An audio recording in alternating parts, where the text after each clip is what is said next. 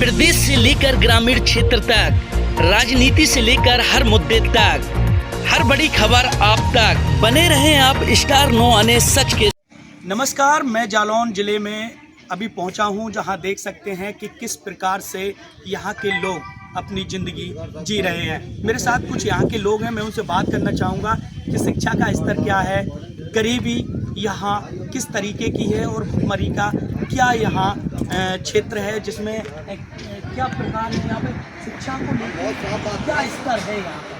शिक्षा तो अच्छी नहीं है यहाँ पर। प्राइमरी से लेकर के जूनियर हाई स्कूल तक जो पिछली सरकारें परीक्षाएं करवाती थी वो सब बंद हो गया है। आज प्राइमरी से लेकर के जूनियर हाई स्कूल तक कोई परीक्षा नहीं होती है, और परीक्षा ना होना बच्चों के अंदर ये लगता है कि पढ़ाई होती नहीं है, प्रमोशन होना है तो प्रमोशन हो जाएगा, और तो कहीं कुछ है नहीं शिक्षा में। और तो शिक्षा का स्तर नीचे ही चला जा रहा है, ऊपर नहीं बढ़ रहा है। और सरकार को 75 साल आज नहीं 75 साल देश को आज़ाद हुए और अभी तक गरीबी कैसी है, क्या है यहाँ भुखमरी। गरीबी और भुखमरी बढ़ती जाएगी, ये तो सरकार को पता है। जब सरकार घोषणा करती है कि मैंने 1 करोड़ लोगों को गरीबी से दूर किया है, और इतना अन्न दे रहे हैं, 5 किलो और दाना वो गेहूं दे रहे हैं, बाजरा दे रहे हैं, तो ये तो सरकार को पता है। जब ये सब चीज़ें दी जा रही हैं तो गरीबी तो है ही है, गरीबी दूर नहीं हुई है, गरीबी तो बढ़ती जाएगी। तो ये टारगेट है कि 30 तक इस गरीबी को ख़त्म कर दिया, क्या लगता है। मुझे तो लगता है कि गरीबी दूर नहीं हो पाएगी, और गरीबी एक बहुत बड़ा मामला बन गया है, और इसको दूर करना नामुमकिन है सरकार के लिए। जी, और भी लोग हैं। दादा, क्या नाम है, कहाँ से आए आप। क्या स्थिति है अभी इस समय गरीबी को लेकर, कैसा क्या लगता है आपको, गरीबी खत्म हो पाएगी या नहीं। गरीबी की कहाँ से होता है, गरीबी भी खत्म। तो क्या लग रहा है शिक्षा को लेकर, क्या लग रहा है बच्चों को शिक्षा अच्छी मिल पा रही है। अच्छा, आज भी देश में भुखमरी है क्या। चलते ही रहे तो बहुत नहीं, सरकार कह रही है कि 2030 तक इस भुखमरी, शिक्षा की व्यवस्था, सारी व्यवस्थाएं उच्चतम की जाएंगी, क्या लग रहा है। अच्छा, और भी लोग हैं, क्या नाम है दादा, कहाँ के रहने वाले। अच्छा, क्या लग रहा है सरकार 2029 और 30 तक गरीबी को खत्म करने के वादे कर रही है। मुझे संभव नहीं लग रहा है कि खत्म हो जाएगी। अच्छा, शिक्षा का स्तर कैसे। शिक्षा तो बिल्कुल नाकाम। अच्छा,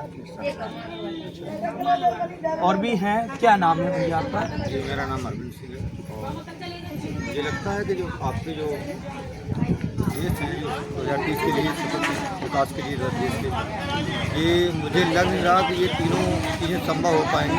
जैसे कि हमें लग रहा है कि मोदी जी ने कहा कि 2046 तक विकसित राष्ट्र की कल्पना की जा रही है, तो हो सकता है 46 तक तो संभव, लेकिन 30 तक मुझे अभी वर्तमान स्थिति को देखकर लग रहा है कि ये संभव नहीं है। आज़ादी को 75 साल पूर्ण हो चुके हैं, क्या स्थिति है गरीबी को लेकर, भुखमरी को लेकर।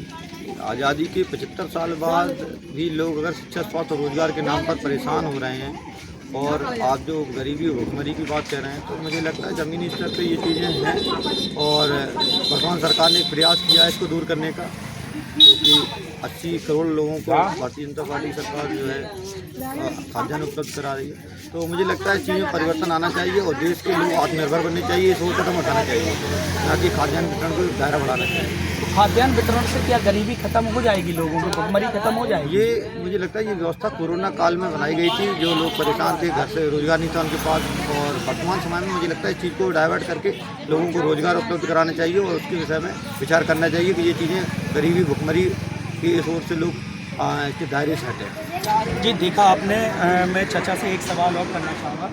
चाचा, देश जो है वो कहता है कि हम अनाज है उसको फ्री दे रहे हैं, जिसकी वजह से गरीबी खत्म होगी, भुखमरी खत्म होगी। क्या इससे क्या प्रभाव पड़ता है जनता तो एक बैठ के खाना चाहती है, और ऐसे लुटाना मुझे तो अच्छा नहीं लगता है। इनको तो रोजगार दिया जाए, और रोजगार देने के बाद इनसे काम किया जाए, इनके बच्चे भी पढ़ें। देखें आप, आपके पीछे जो आज 150 घर बने हैं, गरीबियों के हैं, और ये झुग्गी झोंपड़ी में तब भी रहते थे आज के 70 साल पहले, आज भी रह रहे हैं। तो मुझे तो नहीं लगता ये गरीबी दूर होगी। और ये अनाज देना, ये कोरोना काल में महामारी थी उस समय तो ठीक था, लेकिन अब अच्छा नहीं है।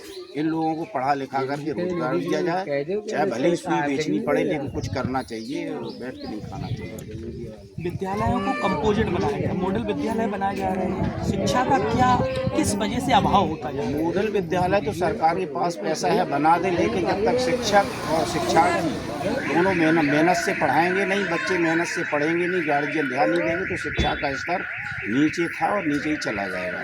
क्या 30 तक शिक्षा के स्तर में कुछ बदलाव आएगा? मुझे तो लगता है शिक्षा का बदलाव नहीं आने वाला, इस हिसाब से ही चलते रहे तो बदलाव नहीं।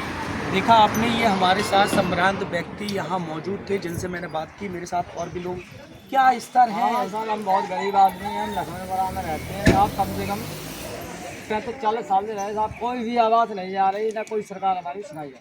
हमें बाल आ जाती है, बाल में साहब बाल बच्चे अभी भी घूंघन में, अभी भी देखो चले, मेरे घर पर कुछ नहीं। कैसे भरण पोषण करते हैं? सब साहब पेट पाल में मजदूरी करे यार, नहीं मिली मजदूरी तो घूंघन में सब आ गया, एक मांगे जाती है, एक आज भी मांगा जाए, आज भी मांगा है, क्या करेंगे? देखा आपने, ये स्थिति जो है जनपद जालौन की स्थिति आज भी वही बनी हुई है, जबकि वादे दावे सभी किए जाते हैं, फिर भी यहाँ के लोगों को समस्याओं से जूझना पड़ता है। मैं आपका अपना महेंद्र कुमार गौतम,